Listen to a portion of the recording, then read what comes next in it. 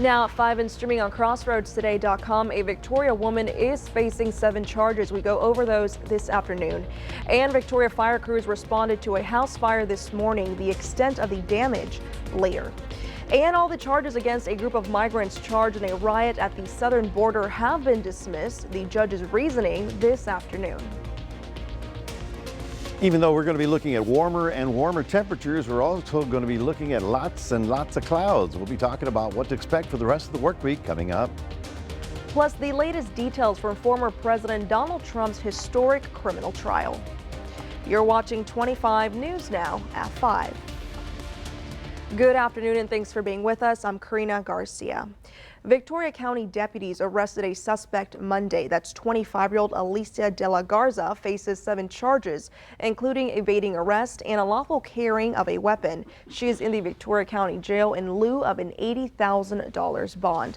And just this morning, Victoria firefighters responded to a house fire on Prince Street near Odom Street and Cali Street.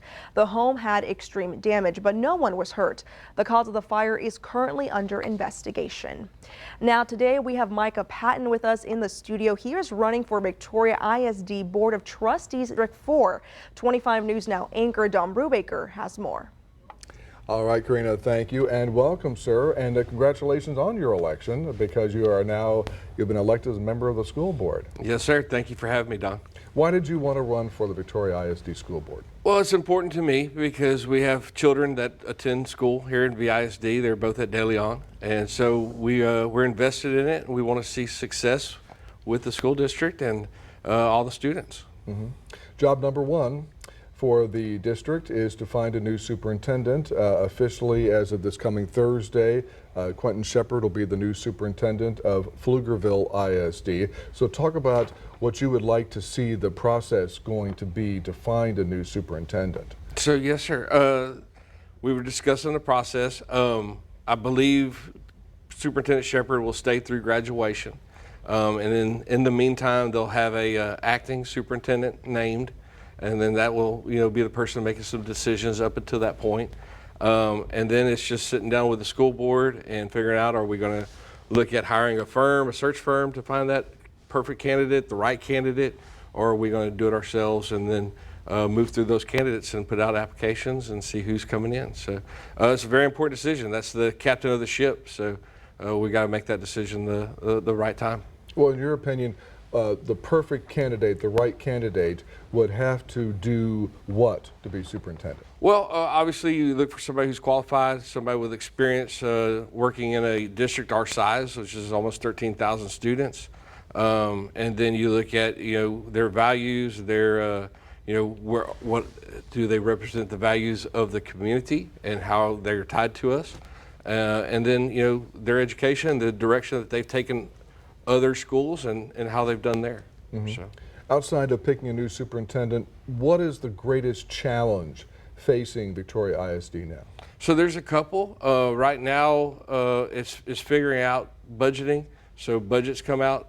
So you base your budgets on your needs, and the students I believe they should have all got their SNAP codes today, so they can start their early registration on May 1st. But then that's just figuring out how to put the pieces in place to have the students taken care of throughout the school year. We've heard complaints from viewers about school children in Victoria ISD being bullied.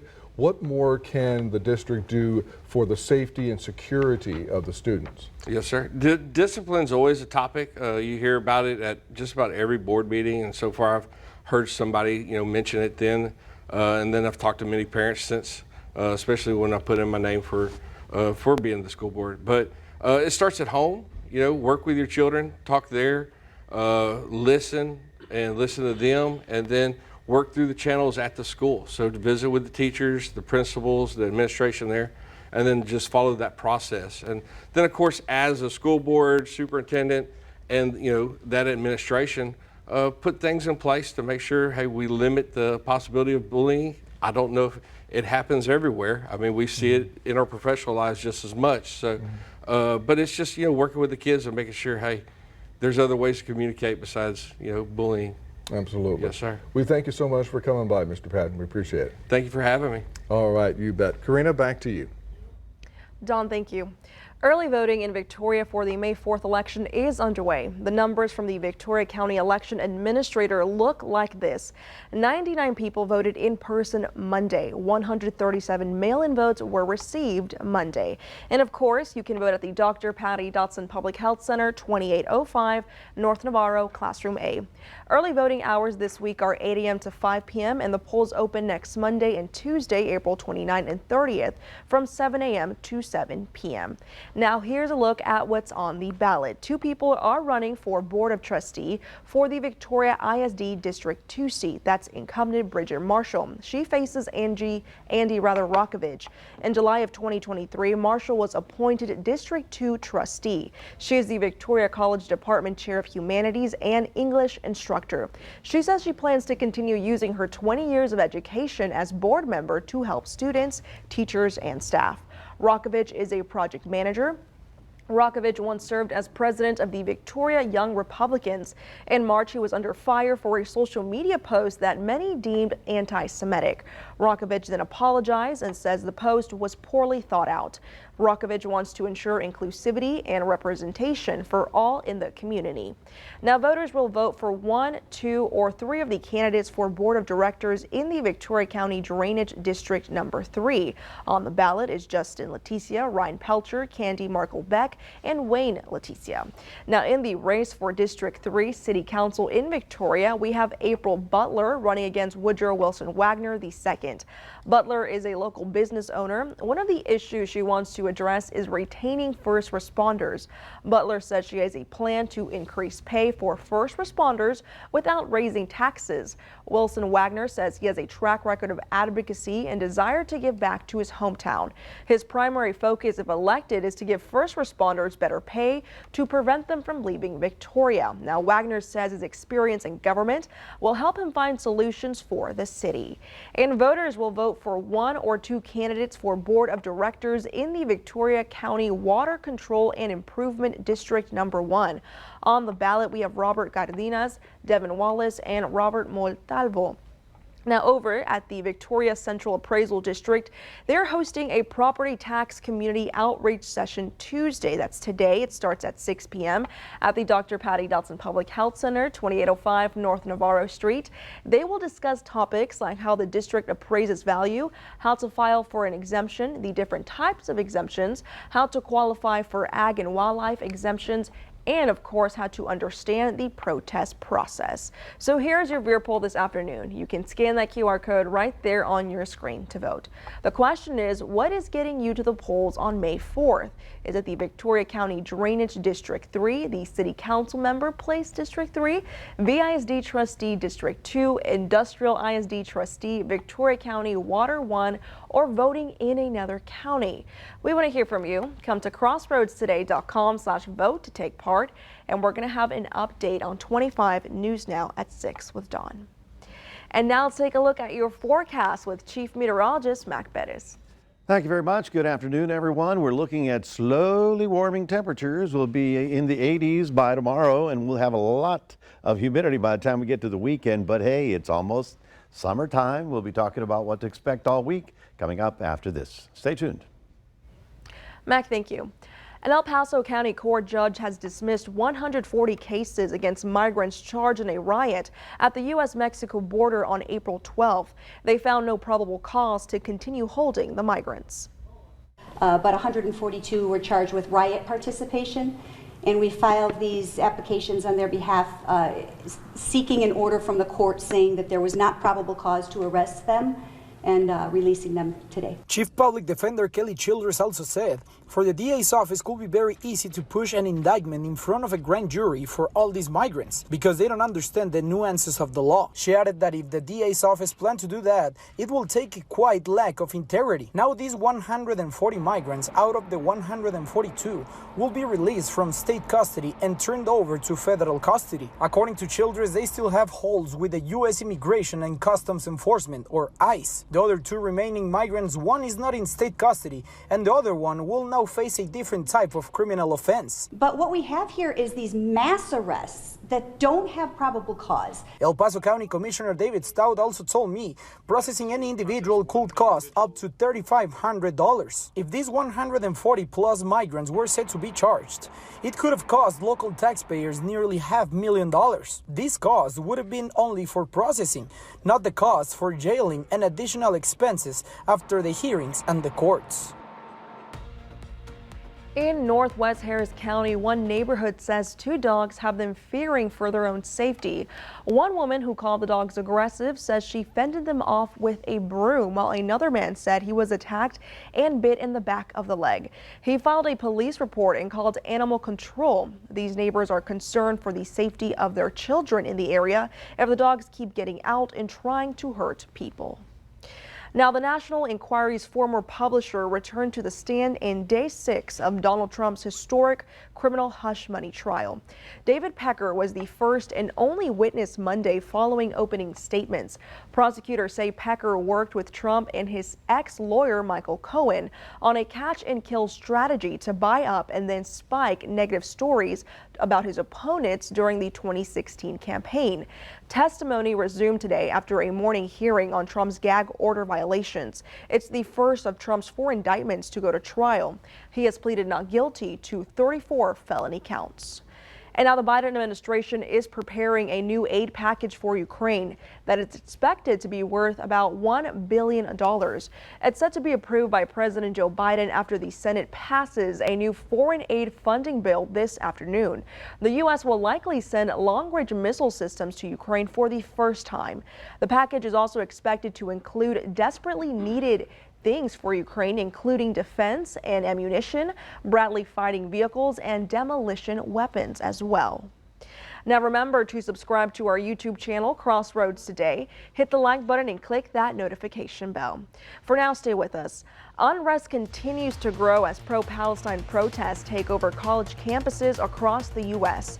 Straight ahead on 25 News now at 5, what changes Columbia University is making to ensure student safety. Also ahead, a new study shows that women fare better with health issues when they go to a female doctor.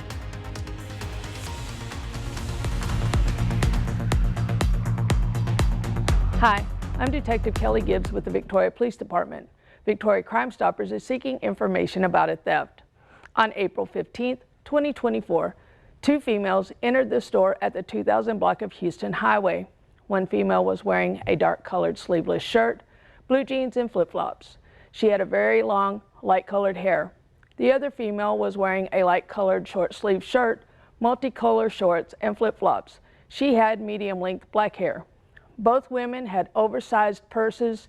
The 2 females appeared to be working together in stealing liquor totaling over $500. The females left the location in a dark gray 4-door Hyundai. If you have any information about this theft, please call Victoria Crime Stoppers at 361-572-4200. You can also submit a tip by using our P3 Tip app on your Android or Apple device, or by visiting our website at www.crimestoppersvictoria.com.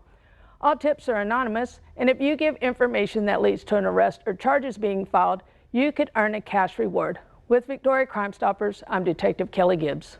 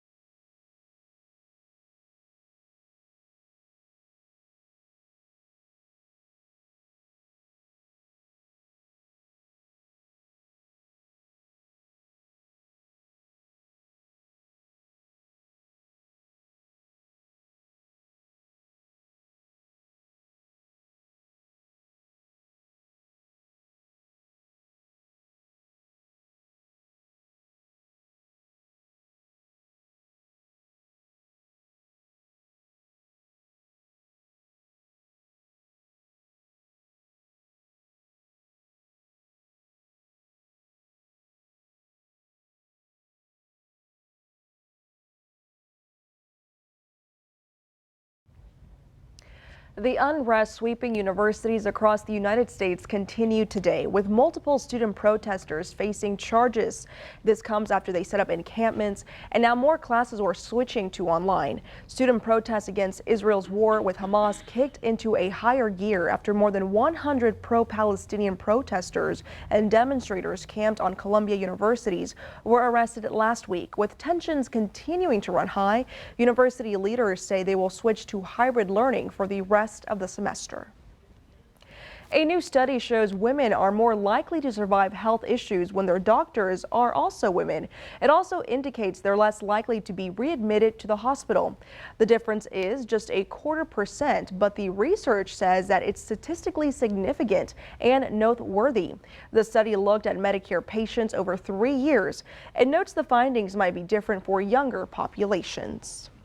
Now, food cravings can stay in the way of losing weight, and experts say emotions play a critical role in what we choose to eat.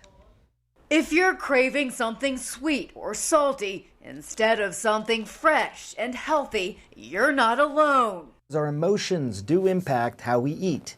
That's why they're called comfort foods. Stress, anxiety, sadness, anger, even boredom can trigger these harmful eating habits like overeating, poor food choices. Dr. Sanjay Gupta says when we have intense feelings like stress, our bodies make hormones that make us want to seek out comfort food. But he says there are ways to control those cravings. Find an outlet for your stress. Exercise, nature walks, meditation, time with family and friends. Gupta says you can also take a tea break. Sipping tea can also help emotional cravings, or try eating what he calls busy snacks.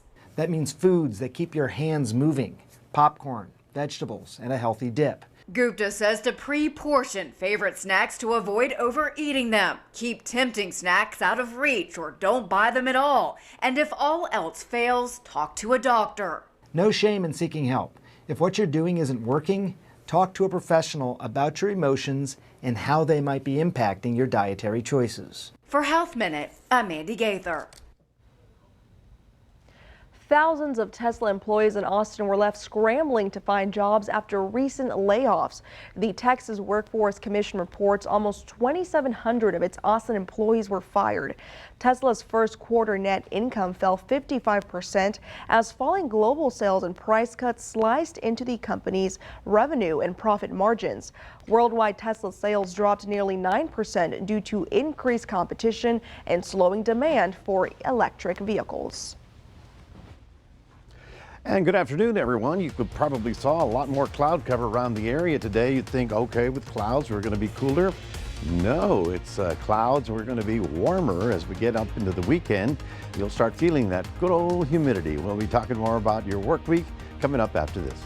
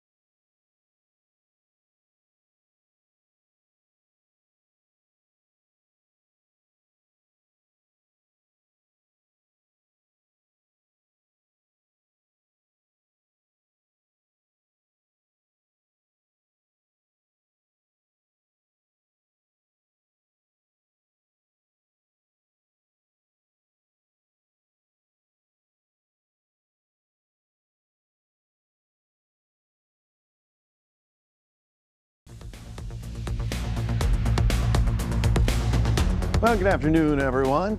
You might have noticed that the overcast is here. It's going to be here for a while. So, you know, that all things being considered, if you've got to be working outdoors, I think I'd rather have a cloud cover because brilliant sun is nice when you're trying to entertain yourself, but when it's work, it's kind of hard. 78 degrees right about now. You also probably noticed that our southerly winds are getting stronger as well. We managed to get up to a high of 78 today. Tomorrow will definitely be in the low 80s. This is because pressures are changing, south winds are coming in, and we're starting to warm up. And we've got two weather systems across the country, neither of which are going to really affect us in a big way. There's a little bit of a influence, and that's what we're going to be talking about today. You can see all the cloud deck really picking up over South Texas right about here, and then everything sort of cast, shall we say, squeezed down into the bottom of the atmosphere. Now, way out here where the dry line is located, in other words, it's humid over here, it's drier on that side, that's where we see the thunder showers pop up. Nothing that is actually moving into our area. These pop up with the heating of the afternoon, and then they decrease once the sun starts to go down. But if you're if you're going to Alpine, Texas tonight, you might run into that, but you better hurry because they're going to be collapsing. Here are your temperatures for the next few days. You can see how slowly but surely we're going to go from 83 to 84, 85, and 87 over the weekend. And you know, while we're over the weekend in the upper 80s, there are going to be western Texas areas that are going to be in the upper 90s. In fact, we may even see the first 100-degree reading somewhere between Del Rio and Laredo over the weekend. So that's going to be, shall we say, interesting because we're getting awful late in the cold front season. As a matter of fact, the next two that come into Texas barely get into North Texas. There you see the future tracker. We're going into tomorrow.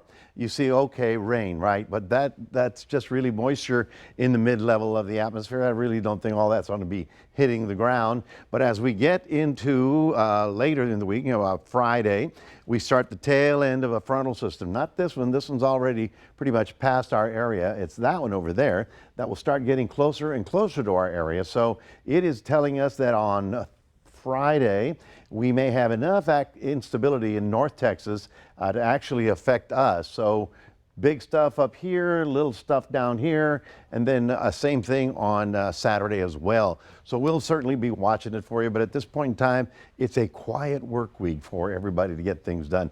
Mostly cloudy to partly cloudy, looking for an 82 tomorrow, and then in Cuero, we're looking mostly cloudy to partly cloudy, getting up to about 84. So as I mentioned, slowly but surely they're cranking up the temperature on us, and so we'll be looking at warmer and warmer weather. Right about now, I think your Saturday is going to be okay, and just a slight chance of a late evening shower on Sunday and Monday, and that's the tail end of that other frontal system, that second one that's coming through. So that is your 7-day forecast, reminding you that we do have a QR code. Love for you to scan that. Put Crossroads Today on your phone. Here's Karina.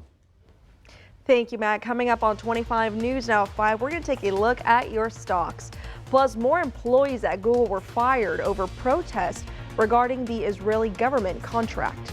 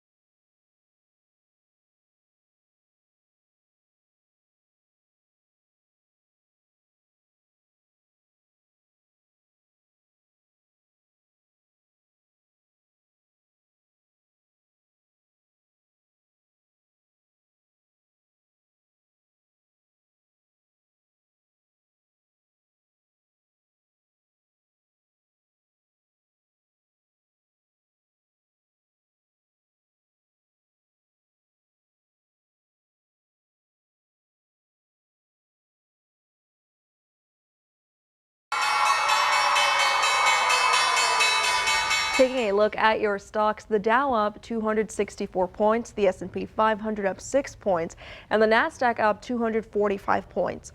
Oil up $1.46, closing at $83.33 per barrel. No Tech for Apartheid, the group behind protest at Google offices over the company's cloud computing contract with the Israeli government, say an additional 20 people were fired, bringing the total number to 50. The group claims some of the workers who got fired were bystanders during last Tuesday's sit-in protest at Google offices in both New York and California. Google says every person fired was involved in disruptive activities inside the buildings. Now, U.S. new home sales surged last month despite high mortgage rates. You can read this article on crossroadstoday.com.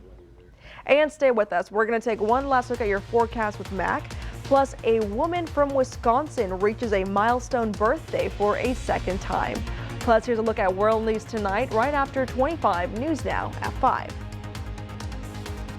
Coming up tonight, breaking news, the testimony in court, the relationship between Donald Trump and the National Enquirer, and how this worked. Campus protests turning violent across the country, the images coming in. And the vintage plane that just went down tonight, images of the crash just in. Next.